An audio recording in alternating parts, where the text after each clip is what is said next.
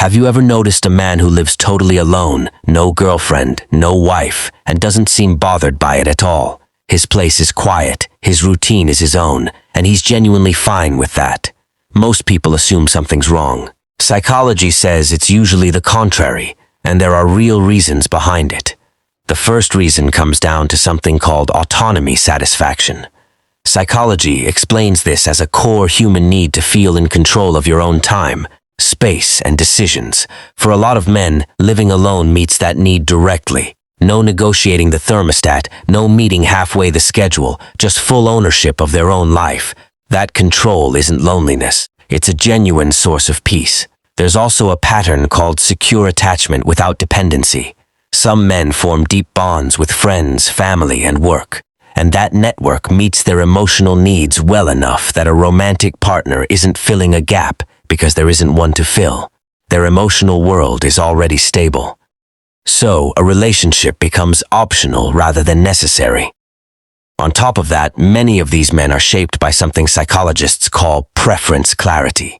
When someone knows exactly what kind of life, partner, and relationship they actually want, they become far less willing to settle for anything less, even if that means staying single for years. That's not pickiness, and it's self-knowledge doing his job. Another piece of it is simple conditioning through positive experience. If solitude has consistently felt good, productive, calm, undisturbed, the brain starts associating being alone with reward instead of lack. Over time, that association gets strengthened every single day he lives it, making solitude feel less like an absence and more like a preference. There's also something deeper happening for a lot of these men. A quiet rejection of the idea that a life only counts once someone else is in it. Society often frames a man living alone as unfulfilled, waiting for a woman to finally arrive and make his life real.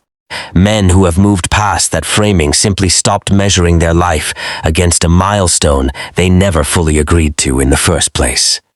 And here's the part most people get wrong.